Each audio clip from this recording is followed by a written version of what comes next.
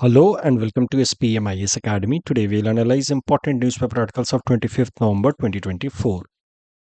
Please note you can download the PDF version of today's newspaper analysis by clicking the link given in the comment section. This is the list of the topics that we'll be covering from today's newspaper. The first article is about treaty to tackle plastic pollution.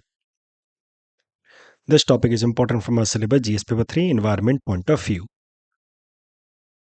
सबसे पहले current news देखते हैं। तो देखिए, आज से दुनिया के 170 देश एक साथ मिलेंगे in Busan which is in Korea, South Korea, जिनका मकसद होगा, इस मीटिंग का मकसद होगा to develop a new legally binding global treaty to end plastic pollution. सरल भाषा में कहें तो आज से दुनिया के 170 देश एक साथ मिलकर के चर्चा करेंगे कि कैसे कोई एक नया कानून, जो लीगली बाइंडिंग कानून हो, वो लाया जाए ताकि plastic pollution on land as well as water, उसमें कमी लाई जा सके, उसको खत्म किया जा सके।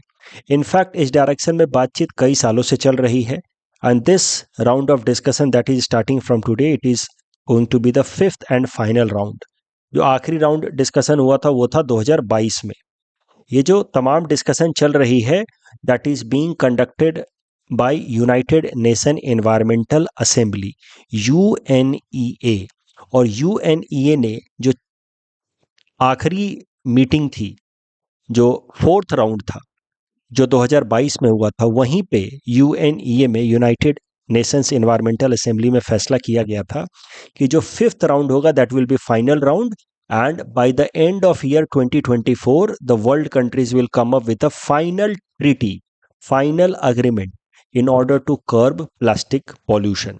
तो अब जो फाइनल राउंड की डिस्कशन शुरू हो चुकी है, 5th एंड फाइनल राउंड, और 2024 के अंत तक, यानी कि अगले महीने तक आप उम्मीद कर सकते हैं कि एक इंटरनेशनल ट्रीटी आ जाए, legally binding treaty to curb plastic pollution.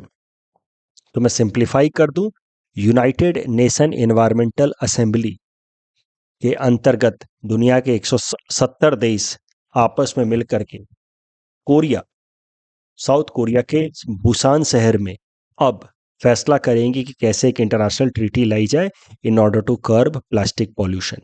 और ये एनवायरमेंटल असेंबली, यूनाइटेड नेशन की जो एनवायरमेंटल असेंबली है, इसकी 5th राउंड ऑफ टॉक में ये फैसला हो रहा है और इस साल के अंत तक इन देशों ने मिलकर के फैसला किया है कि वो एक फाइनल ट्रीटी ले आएंगे टू कर्ब प्लास्टिक पॉल्यूशन। अब यूनाइटेड नेशन एनवायरमेंटल असेंबली के बारे में समझ लेते हैं। ये यूनाइटेड नेशन लेवल की एक बॉडी है जो एनवायरमेंटल इश्यूज पे काम करती है। इसको बनाया गया था, यूनाइटेड नेशन एनवायरमेंटल असेंबली को बनाया गया था साल 2012 में इन Rio+20 कॉन्फ्रेंस। तो देखिए, आपको कई दफ़ा मैं बता चुका हूँ कि एनवायरनमेंट कंजर्वेशन, क्लाइमेट चेंज और बायोडाइवर्सिटी प्रोटेक्शन या फिर डेजर्टिफिकेशन के एक्सटेंशन, इन सब को कर्ब करने के लिए एक मेजर कॉन्फ्रेंस बुलाया गया था साल 1992 में इन रियो डी जेनेरियो। तो in Brazil, Rio de Janeiro 1992 में एक मेजर समिट बुलाई गई थी, जिसको हम लोग रियो समिट भी कहते हैं या अर्थ समिट भी कहते हैं। तो जब इस रियो या अर्थ समिट के 20 साल पूरे हुए तो फिर एक और कॉन्फ्रेंस बुलाई गई साल 2012 में, जिसको नाम दिया गया Rio+20 कॉन्फ्रेंस।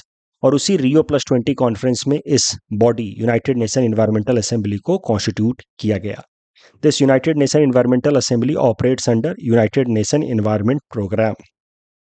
तो यूनाइटेड नेशन का प्रोग्राम है, यूनाइटेड नेशन एनवायरमेंट प्रोग्राम, जो एनवायरमेंटल कंजर्वेशन के लिए वर्ल्ड ओवर में काम करता है। और उसी यूनाइटेड नेशन एनवायरमेंट प्रोग्राम के अंतर्गत काम करता है यूनाइटेड नेशन एनवायरमेंटल असेंबली, जिसको Rio+20 कॉन्फ्रेंस, जो साल 2012 में कराई गई थी, वहाँ पे कॉन्स्टिट्यूट किया गया था। यूनाइटेड नेशन एनवायरमेंटल असेंबली हर 2 साल पे मिलते हैं in Nairobi, Kenya, normally, which is the head quarter of United nation environment Programme. अब प्लास्टिक पॉल्यूशन को रोकने के लिए एक ग्लोबल ट्रीटी की क्यों ज़रूरत है, let us have a look on that. देखिए, प्लास्टिक वैसे तो काफ़ी वर्सेटाइल कमोडिटी है, अलग अलग तरीके से उसका इस्तेमाल हो सकता है। बट इन्वायरमेंट को लेकर के इसका बड़ा ही हार्मफुल इफेक्ट होता है because of its persistence. Persistence से हमारा मतलब है कि ये काफ़ी लंबे समय तक इन्वायरमेंट में रहता है, डिग्रेड नहीं होता है। और यही कारण है कि धीरे धीरे जो प्लास्टिक पॉल्यूशन है उसका इम्पैक्ट इन्वायरमेंट के ऊपर बढ़ता जा रहा है, क्योंकि डिग्रेड नहीं होता है ना। और ग्लोबल प्लास्टिक पॉल्यूशन भी साल दर साल बढ़ता जा रहा है। तो you see, global plastic pollution doubled from 200 million tons in the year 2000. It went up to 460 million tons in the year 2019. और उम्मीद है कि साल 2040 तक हर साल लगभग 620 million tons of plastic pollution होंगे। तो प्लास्टिक पॉल्यूशन काफ़ी तेजी से बढ़ता जा रहा है, और प्लास्टिक का परसिस्टेंट इम्पैक्ट है इन्वायरमेंट के ऊपर, जल्दी डिग्रेड नहीं होता है। इस कारण से यहाँ पे ग्राफ से भी दिखाया गया कि किस तरीके से एक्सपोनेंशियल मैनर में प्लास्टिक पॉल्यूशन लगातार बढ़ता जा रहा है, और अभी ये 460 मिलियन टन्स के आसपास पहुंच चुका है। और 2040 तक अगर यही पेस चलता रहा तो plastic pollution annually would be 620 million tons, which would be massive to deal with. जो प्लास्टिक वेस्ट जनरेट होता है वो ठीक से मैनेज ना करने से, उसको रिसाइकल ना करने से, उसके मिसमैनेजमेंट से इन्वायरमेंटल डिग्रेडेशन होता है। Because these plastics they get broken down into smaller part, जिसको हम लोग माइक्रो प्लास्टिक भी कहते हैं। फिर वो लैंड में जाकर के मिक्स हो जाता है, फिर वाटर बॉडीज में मिक्स हो जाता है। जो मैक्रो प्लास्टिक्स भी होते हैं, जो डीजनरेट नहीं भी होती हैं, वो भी लैंड फिल्स में जाकर के जब इकट्ठा हो जाते हैं तो पानी को वो ग्राउंड वाटर से मिलने नहीं देते हैं। जो रेनफॉल होता है उसको ग्राउंड वाटर से मिलने नहीं देते हैं। इससे डबल प्रॉब्लम होता है, एक तो ग्राउंड वाटर रिचार्ज नहीं हो पाता, दूसरा आर्टिफिशियल फ्लडिंग की प्रॉब्लम भी बढ़ जाती है। इस तरीके से ये सीवर लाइंस को क्लॉग कर देते हैं, जिस कारण से आर्टिफिशियल या अर्बन फ्लडिंग बढ़ जाता है। तो ये सब इन्वायरमेंटल डिग्रेडेशन है जो प्लास्टिक पॉल्यूशन के कारण होते हैं। उसके अलावा ह्यूमन हेल्थ पे भी इम्पैक्ट पड़ता है। ये प्लास्टिक जब छोटे छोटे हिस्सों में टूट जाता है, माइक्रो प्लास्टिक जिसको कहते हैं, तो फिर ये वाटर बॉडीज में मिक्स हो जाता है। वहाँ पे फिर ये फिशेस द्वारा इनगल्प कर लिया जाता है, और फिर वहाँ से वो इंसानों के फूड चेन में भी इंटर हो जाता है। And when it इंटर्स into human body it can damage several organs including reproductive health. Climate change में भी प्लास्टिक पॉल्यूशन एक नेगेटिव इम्पैक्ट कर रहा है, बिकॉज प्लास्टिक्स को रिफाइन करने का जो प्रोसेस होता है उसमें बहुत सारा ग्रीन हाउस गैस रिलीज होता है। तो प्लास्टिक पॉल्यूशन या प्लास्टिक का wastage is also a factor behind climate change. बात की जाए स्पेशली माइक्रो प्लास्टिक की, तो इसी मिसमैनेज्ड प्लास्टिक, अगर प्लास्टिक को ठीक से रिसाइकल ना किया जाए तो it breaks down into smaller particle, जिसको कहा जाता है माइक्रो प्लास्टिक। माइक्रो प्लास्टिक का टेक्निकल डेफिनेशन है कि it is synthetic solid particles sizing from 1 micrometre to 5 millimetre. They are generally insoluble in water, but ये पानी में इतने छोटे छोटे होते हैं, ये पानी में मिक्स हो जाते हैं, मतलब डिजॉल्व नहीं होते हैं, बट वाटर को पॉल्यूट जरूर कर देते हैं।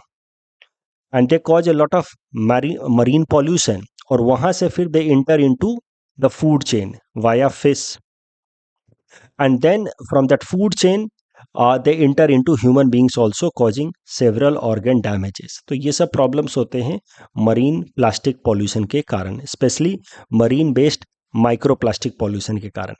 अब ये जो इंटरनेशनल ट्रीटी डिस्कशन शुरू हुई है with respect to curbing plastic pollution, इसको लेकर के दुनिया के अलग अलग देशों का अलग अलग ओपिनियन है।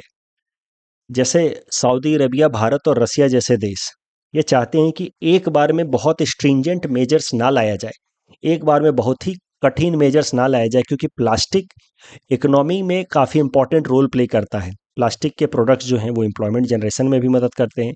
साथ ही साथ बिकॉज ऑफ इट्स वर्सटिलिटी, यानी कि इसके अलग अलग उपयोग के कारण ये अलग अलग तरीके से इकोनॉमी में डायरेक्टली इनडायरेक्टली मदद करता है। इसलिए एक बार में स्ट्रिंजेंट मेजर्स लाने के बजाय फ्लेक्सिबल मेजर्स लाए जाए, ऐसा इस बुसान के मीटिंग के दौरान भारत, सऊदी अरबिया और रसिया जैसे देशों ने अपना ओपिनियन एक्सप्रेस किया है। जबकि वहीं यूरोपियन यूनियन के 27 देश हों या रवांडा जैसे देश, they want strict limitation on plastic pollution from day 1। इस टॉपिक डिस्कशन के बेसिस पे प्रीलिम्स प्रैक्टिस क्वेश्चन हमने आपको दे रखा है। Please attempt this question and submit the answer in the comment section. इस टॉपिक डिस्कशन के बेसिस पे ये मेंस प्रैक्टिस क्वेश्चन हमने आपको दे रखा है। सिंपल सा प्रश्न है, प्लास्टिक पॉल्यूशन के पीछे का कारण क्या है। और क्या सजेशंस आप देना चाहते हैं in order to curb plastic pollution. आप करंट के जो ये ट्रीटी के लिए दुनिया के देश आपस में बैठ रहे हैं, मुलाकात कर रहे हैं, इसको भी आप जिक्र कर सकते हैं अपने इस प्रश्न के जवाब में। Attempt the question and then you can read the hints also, you may find some new points. The next article is about satellite space junk impact on environment. This topic is important from our syllabus GS paper 3 environment point of view. देखिए, satellites एक बार जब उनकी life cycle खत्म हो जाती है तो फिर वो धीरे धीरे धीरे धीरे अर्थ के ग्रेविटेशनल पुल के कारण वो अर्थ के एटमॉस्फेयर में इंटर करते हैं। और जब वो अर्थ के एटमॉस्फेयर में इंटर करते हैं तो वो एटमॉस्फेयर के अंदर जो एयर मॉलिक्यूल्स हैं उनके साथ फ्रिक्शन के कारण वो हीटेड अप होते हैं और फिर over a period of time they get burn away. तो इस तरीके से सैटेलाइट्स की लाइफ खत्म होती है। पहले तो वो फंक्शनल होते हैं, जब तक एक्टिव और फंक्शनल हैं तब तक तो ठीक है, they are into a particular orbit.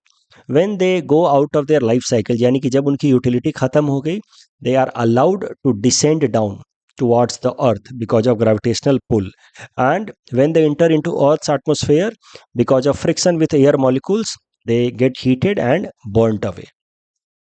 But ये जो बर्निंग का प्रोसेस है इसमें they release a lot of pollutants also that can have negative impact on earth's upper atmosphere. अब समस्या ये है कि अभी के टाइम में तो there are about 10,000 active satellites orbiting the earth, but आने वाले टाइम में प्रोजेक्शन है कि 2030 तक देयर वुड बी 1 लाख, यानी कि 10 times more satellite orbiting the earth, and that में go up to 5 lakh in coming decade. तो 2040 तक the number of satellites would go up to as high as 5 lakhs. So इतने सारे जब सैटेलाइट्स होंगे अर्थ के अराउंड ऑर्बिट करेंगे और जब वो अपने लाइफ साइकिल उनकी खत्म हो जाएगी, यूटिलिटी खत्म हो जाएगी, तो all of them will enter into earth's atmosphere, they will get burnt away and cause pollution in the earth's atmosphere.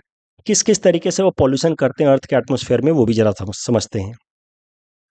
Pollutant जो होते हैं they are released by spent satellite includes metal particles, कई सारे metal के छोटे छोटे particles वो release करते हैं फ्रॉम द सैटेलाइट कोटिंग्स। उसके अलावा ये जो सैटेलाइट के छोटे छोटे डिफंक्ट पार्ट्स जो अपर एटमॉस्फेयर में फ्लोट करते रहते हैं, ये जो सैटेलाइट के छोटे छोटे पार्ट्स जब अपर एटमॉस्फेयर में फ्लोट करेंगे तो ये अर्थ का हीट बैलेंस बिगाड़ सकते हैं, या तो कूलिंग इफेक्ट करा देंगे नहीं तो ओवर हीटिंग इफेक्ट करा देंगे। देखिए, ग्रीन हाउस गैस इफेक्ट होता क्या है, सन से आने वाले रेडिएशंस इतने हाई फ्रीक्वेंसी की होती हैं कि सीधा सीधा वो एटमॉस्फेयर को चीर करके, आप कह सकते हैं पियर्स करके, वो निकल आते हैं। जब अर्थ के सरफेस पे वो फॉल करते हैं, इंसिडेंट होते हैं, तो some of these radiations reflect away directly and some of these radiations are absorbed by the earth surface, और फिर अर्थ सरफेस लोअर फ्रीक्वेंसी वाली, लोअर एनर्जी वाली रेडिएशंस रिलीज करती है, और वो रेडिएशंस का काफ़ी सारा पार्ट जो है वो ग्रीन हाउस गैसेज जो हमारे एटमॉस्फेयर में है वो एब्जॉर्ब कर लेते हैं, जिससे हमारा एटमॉस्फेयर वार्म रहता है। तो मुद्दा ये है कि greenhouse gases play an important role in keeping our atmosphere warm. जैसे सर्दी के दिनों में हम ब्लैंकेट ओढ़ करके सोते हैं, they play an important role in keeping us warm. But वही एक की जगह पे 2 ब्लैंकेट ओढ़ लिया जाए तो सर्दी के दिनों में भी हम अनकंफर्टेबल महसूस करने लगेंगे। वैसे ही जब ग्रीन हाउस गैसेस की कंसंट्रेशन एटमॉस्फेयर में बढ़ती है तो ओवर हीटिंग होने लगती है, that leads to climate change and global warming. Otherwise ठीक ठाक सा अमाउंट, अब moderate amount of greenhouse gases are very much necessary in our atmosphere in order to keep our atmosphere warm. अब उन green house gases में जब ये satellite के डिफंक्ट पार्टिकल्स मिक्स हो जाते हैं तो ऐसा हो सकता है कि कई सारे सन के रेडिएशन सीधा सीधा यहाँ पे इंसिडेंट होकर के वापस से डिफ्लेक्ट अवे हो जाएं। तो इस कारण से सन के रेडिएशंस अर्थ के अंदर आए ही नहीं, अर्थ सरफेस पे फॉल ही ना करें, दैट में लीड टू एक्सेसिव कूलिंग। या ऐसा भी हो सकता है कि सन के रेडिएशंस तो अर्थ सरफेस पे आ जाए लेकिन बहुत सारे जो अर्थ से होने वाले रेडिएशंस हैं वो ट्रैप हो जाएं because of these satellite defunct particles. उससे भी नुकसान होगा क्योंकि इस केस में एक्सेसिव वार्मिंग होने लगेगी। तो scientists are not very sure but they have an opinion कि ये जो लगातार सैटेलाइट बेस्ड पॉल्यूशन बढ़ता जा रहा है अर्थ के एटमॉस्फेयर के अंदर, इससे या तो अर्थ के अंदर कूलिंग इफेक्ट आएगा या एक्सेसिव हीटिंग इफेक्ट आएगा, बट कुछ ना कुछ नेगेटिव इम्पैक्ट आएगा जरूर। उसके अलावा compounds like aluminum oxide released from these satellite space junk, they have damaging impact on the ozone layer. वो अर्थ के ओजोन लेयर को डैमेज करते हैं, और ओजोन लेयर जब डैमेज हो जाएगा तो फिर ज़्यादा से ज़्यादा अल्ट्रावायलेट रेडिएशंस अर्थ सरफेस पे आएंगे जो हमारे लिए नुकसानदायक हो सकते हैं। साइंटिस्ट का मानना है, कॉस्मोलॉजिस्ट का मानना है कि स्ट्रेटोस्फेयर के अंदर कुछ कुछ ऐसे ऐसे चेंजेस हो सकते हैं in coming decade because of excessive satellite space junk which would be cascading in nature. Cascading मतलब one thing leading to another and then another. It will have a series effect और जिसका बहुत ही ज़्यादा massive level पे negative impact हो सकता है अगर अभी हमने इस डायरेक्शन में कुछ करना नहीं शुरू किया तो। इसीलिए scientist are calling for more discussion debate on this particular area in order to mitigate the impact of pollution because of these satellite space junk. इस डिस्कशन के बेसिस पे प्रीलिम्स प्रैक्टिस क्वेश्चन हमने आपको दे रखा है। Please attempt this question and submit the answer in the comment section. The next article is about 402nd birth anniversary of Lachit Borphukan ji. This topic is important from our syllabus GS paper 5 Assam issues point of view. और लचित बोरफुकान जी से संबंधित जो factual information है वो तो आपको चिन्मय sir class में पढ़ाते ही हैं। कई सारी इन्फॉर्मेशन आपको मुझसे भी ज़्यादा बेहतर पता होंगे, बट कुछ बेसिक बातें मैं बताता हूँ प्रीलिम्स पर्सपेक्टिव से जो इंपॉर्टेंट है। बाकी तो आप बाकी असम के क्लासेस में, असम हिस्ट्री क्लासेस में तो सीखते ही हैं। तो लचित दिवस हर साल हमारे स्टेट में मनाया जाता है 24 नवंबर in order to mark the birth anniversary of legendary Ahom general Lachit Borphukan ji. उनसे संबंधित कुछ बेसिक फैक्ट्स देख लेते हैं। He was youngest son of Sukuti who is popularly known as Momai Tamuli Borbarua. अच्छा, he was born on 24th November in 1622 in Saraito, and he belonged to indigenous Thai Ahom faith. He was educated in humanities, military tactics, holy scripture. He was one of the 5 Borfukan of Ahom kingdom by King Chakradhwaj Singha. His Moidam yani ki tomb was constructed by Uday Aditya Singha in 1672. That means he died at the age of 50. And his tomb is at Moidam is at Jorhat. So Lachit Borfukan Gold Medal is given to the best cadet of NDA every year since 1999. तो national defence academy के best passing out cadet को दिया जाता है Lachit Borphukan gold medal. उसके अलावा Mahavir Lachit award दिया जाता है बाय ताई अहोम युवा परिषद टू नोटेबल पर्सनालिटीज। ये जो बेस्ट कैडेट ऑफ एनडीए वाला जो फैक्ट है, इसके ऊपर एपीएससी ने साल 2020 में ये प्रश्न पूछा था। सीधा सा प्रश्न है, बट ठीक है, मैंने दे दिया just to give you an idea कि किस किस तरह के सवाल आते रहते हैं। अटेम्प्ट कीजिए इसको, वैसे तो जवाब आपको पता ही है। The next topic is about free movement regime. This is important from prelims point of view. देखिए, फ्री मूवमेंट रेजिम का कॉन्सेप्ट क्या है कि कुछ देश आपस में अपने इंटरनेशनल बाउंड्री में कुछ एरिया ओपन कर देते हैं कि इतने डिस्टेंस तक लोग एक साइड के दूसरे साइड में जा आ सकें। तो फ्री मूवमेंट रेजिम का जो पॉलिसी है, it allows unhindered movement of people along international boundary for a particular region. तो भारत और म्यांमार के बॉर्डर पे एक free movement regime system develop किया गया 16 किलोमीटर वाइड। तो people living with 16 kilometre of Indo Myanmar border can cross the border without a visa requirement and they can live on the other side for 72 years under this free movement regime. ये जो free movement regime का concept है, ये साल 2018 में पूरी तरह से लाया गया। उसके पहले भी थोड़ा बहुत ये एप्लीकेबल था। साल 2018 में इसको काफ़ी इफेक्टिव तरीके से लॉन्च किया गया under governments act east policy. Free movement regime के पीछे मेन मकसद है कि कई सारे जो ट्राइबल कम्युनिटी के लोग हैं, जैसे नागाज, मिजोस, कुकी, चिन ट्राइब के लोग, उनके कुछ रिलेटिव्स दूसरे साइड में रहते हैं, जैसे म्यांमार में रहते हैं, कुछ जो है भारत में रहते हैं, तो आपस में वो मेल मिलाप कर पाए, इसके लिए ये फ्री मूवमेंट रेजिम का कॉन्सेप्ट लाया गया है कि ताकि वो आपस में एक दूसरे से मिलजुल पाए। Free movement regime is in the border region. ये गलत इमेज है, मैं इसको ठीक कर दूंगा। ये इमेज फ्री मूवमेंट रेजिम को ठीक से रिफ्लेक्ट नहीं कर रहा है। देखिए, अभी मैं मणिपुर के अंदर पिछले साल से कॉन्फ्लिक्ट्स काफ़ी सारे बढ़ने लगे मणिपुर के अंदर। तो अब भारत सरकार ने फैसला किया है कि ये जो फ्री मूवमेंट रेजीम का कॉन्सेप्ट है इसको खत्म कर दिया जाएगा, क्योंकि कहीं ना कहीं ये फ्री मूवमेंट रेजीम भी एक कारण है कि अक्रॉस द बॉर्डर से कुछ एंटी सोशल एलिमेंट्स भारत के अंदर घुस जा रहे हैं और फिर वो अननेसेसरी क्योस क्रिएट कर रहे हैं. The government of India this year decided to end this free movement regime concept, but some political parties are opposing it. That was the news, but news is not that important. The concept of free movement regime is important. इस discussion के basis पे prelims practice question हमने आपको दे रखा है. Please attempt this question and submit the answer in the comment section. The next article is about nafithromycin. This topic is important from prelims exam point of view. देखिए, भारत का खुद का indigenously developed antibiotic का नाम है nafithromycin. It has been developed in support with biotechnology industry research assistance council, short में कहें तो बिराक. ये जो नफिथ्रोमाइसिन इंडिजीनस एंटीबायोटिक है, it will be launched in the market under brand name Miqnaf. तो एंटीबायोटिक्स का नाम है ये, यानी कि कॉम्पोजिशन का नाम है नफिथ्रोमाइसिन, बट जिस ब्रांड नेम से इसको बेचा जाएगा मार्केट में उसका नाम है मिकनाफ. And this is India's first indigenously, Bharat के अंदर डेवलप किया हुआ पहला एंटीबायोटिक है जिसका लक्ष्य है एंटी माइक्रोबियल रेजिस्टेंस को खत्म करना.